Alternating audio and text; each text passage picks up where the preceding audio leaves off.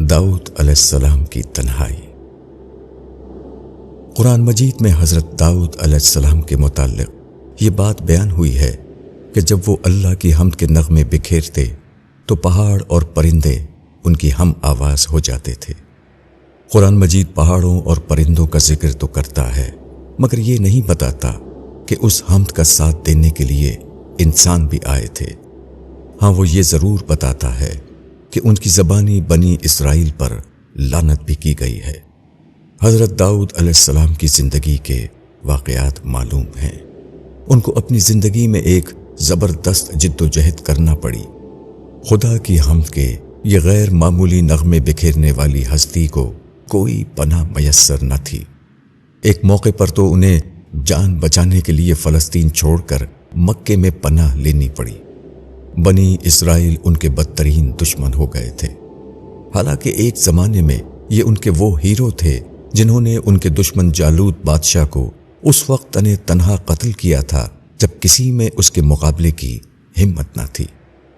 یہ بڑی عجیب بات ہے کہ خدا کی حمد کے نغمے بکھیرنے والوں کو انسانوں کی دنیا میں بالعموم کوئی پذیرائی نہیں ملتی۔ لوگ اپنے قومی جذبات اور مقاصد کی تسکین کے لیے ہیرو چاہتے ہیں۔ انہیں ایسے کسی شخص سے کوئی دلچسپی نہیں ہوتی جو حق بیان کر رہا ہو، چاہے وہ داؤد علیہ السلام ہو، چاہے عیسیٰ علیہ السلام ہو، چاہے سرکار دو عالم صلی اللہ علیہ وسلم ہو یا کوئی اور نبی۔ سب کے ساتھ لوگ ایک ہی سلوک کرتے ہیں۔ اس کی وجہ یہ ہے کہ خدا کی حمد کے نغمے بکھیرنے والے لوگ خدا کی طرف ہی سے اٹھتے ہیں، جس کے بعد وہ سچ بھی بیان کرتے ہیں، تنقید بھی کرتے ہیں، غلطیوں کی نشاندہی بھی کرتے ہیں، گمراہیوں کو ہدف بھی بناتے ہیں۔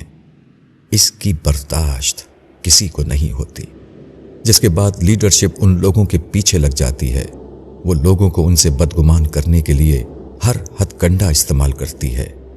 الزام، بہتان، دشنام اور کذب و افطرا کا ایک طوفان اٹھ جاتا ہے۔ گردن تک جذبات اور جہالت میں ڈوبے عوام الناس کو اس سے کیا دلچسپی ہوتی ہے کہ وہ اصل بات جاننے کی کوشش کریں؟ وہ بھی اس کے خلاف اٹھ جاتے ہیں۔ اس کے بعد وقت کے ہر داؤد کے ساتھ ایک ہی معاملہ ہوتا ہے۔ اس کی حمد پر پرندے اور پہاڑ خدا کی تسبیح کے لیے جمع ہو جاتے ہیں، مگر اس پر خدا کی زمین تنگ ہو جاتی ہے۔ چاند، سورج، تارے، پرندے اور پہاڑ سب اس کے ساتھ ہوتے ہیں، مگر انسانوں کی دنیا میں وہ بالکل تنہا رہ جاتا ہے۔ قومی تعصبات کے لیے اٹھنے والوں پر زمین کے خزانے کھلے ہوتے ہیں اور اس کو اپنی بنیادی ضروریات پوری کرنا مشکل ہو جاتا ہے۔ خدا کے دشمن زمین میں بے خوف و خطر تندناتے پھرتے ہیں اور اسے جان ہتھیلی پر لیے نکلنا پڑتا ہے۔ بظاہر یہ بہت بڑا المیہ ہے، لیکن یہ المیہ داؤد کا نہیں ہوتا، آل داؤد کا بھی نہیں ہوتا، کیونکہ ان کے بارے میں داؤد علیہ السلام ہی نے زبور میں اعلان کیا تھا، اور جسے قرآن نے زبور کا حوالہ دے کر پوری قوت کے ساتھ دہرا دیا کہ زمین کے وارث آخرکار انہی لوگوں کو بنا دیا جائے گا۔ یہ المیہ اس قوم کا ہوتا ہے جس میں یہ واقعہ پیش آ رہا ہوتا ہے، کیونکہ آخرکار ایسے لوگوں پر خدا کی لعنت کر دی جاتی ہے۔ اس لعنت کا اعلان داؤد علیہ السلام نے بھی کیا تھا اور حضرت عیسیٰ علیہ السلام نے بھی کیا تھا۔ یہ سانحہ بنی اسرائیل میں بھی پیش آیا اور بنی اسماعیل میں بھی پیش آیا۔ یہ پچھلی امت کی بھی کہانی تھی اور اس امت کی بھی کہانی ہے۔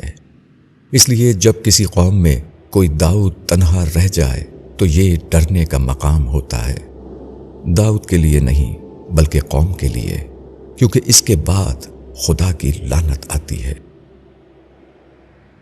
ابو یحییٰ